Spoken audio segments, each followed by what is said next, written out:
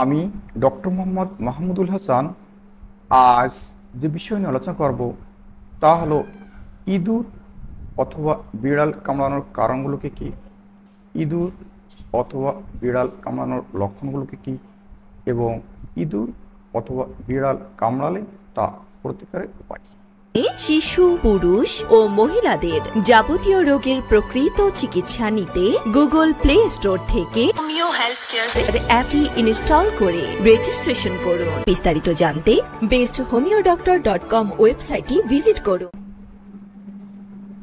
ইঁদুর এবং বিড়াল কামড়ানোর বিভিন্ন কারণ হতে পারে।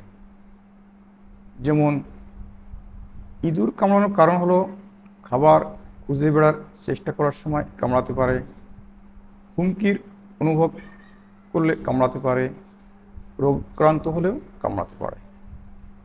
এবার আমরা জানো বিড়াল কামড়ানোর কারণ কি। বিড়াল কামড়াতে পারে খেলার সময়, রাগান্বিত বা ভয় পেলে বিড়াল কামড়াতে পারে, রোগক্রান্ত হলেও বিড়াল কামড়াতে পারে। এখন আমরা জানবো ইঁদুর কামড়ানোর লক্ষণগুলো কী কী। ইঁদুর কামড়ানোর অনেকগুলো লক্ষণ রয়েছে। ছোট ক্ষত হতে পারে, ব্যথা হতে পারে, লাল ভাব দেখাতে পারে বা লাল হতে পারে, রক্তপাত হতে পারে, জ্বরও হতে পারে। এখন আমরা জানবো বিড়াল কামড়ানোর লক্ষণগুলো কী। বিড়াল কামড়ালে ক্ষত গভীর হতে পারে, তীব্র ব্যথা হতে পারে, ফোলা ফোলা ভাব দেখাতে পারে, লাল লাল ভাব দেখাতে পারে, রক্তপাত হতে পারে, জ্বর হতে পারে। সংক্রমণের লক্ষণ যেমন পুজ, লাল লাল ভাব বা ফোলা ফোলা ভাব, এমনকি গরম ভাব অনুভব হতে পারে। এখন আমরা জানবো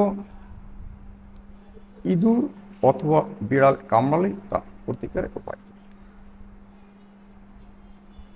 ইঁদুর অথবা বিড়াল কামড়ালে প্রাথমিকভাবে ক্ষতটি পরিষ্কার করতে হবে এবং জীবাণুনাশক দিয়ে ধুয়ে ফেলতে হবে। রক্তপাত হলে রক্তপাত থামার জন্য ব্যবস্থা নিতে হবে এবং টিটেনাস টিকা নিশ্চিত করতে হবে। এছাড়া যদি গুরুতর ক্ষেত্রে ডাক্তারের প্রয়োজন হয় তাহলে দেরি না করে দ্রুত ডাক্তারি করা সম্পন্ন হয়ে সঠিক চিকিৎসা নিলে এর সময় থেকে মুক্তি পাওয়া সম্ভব।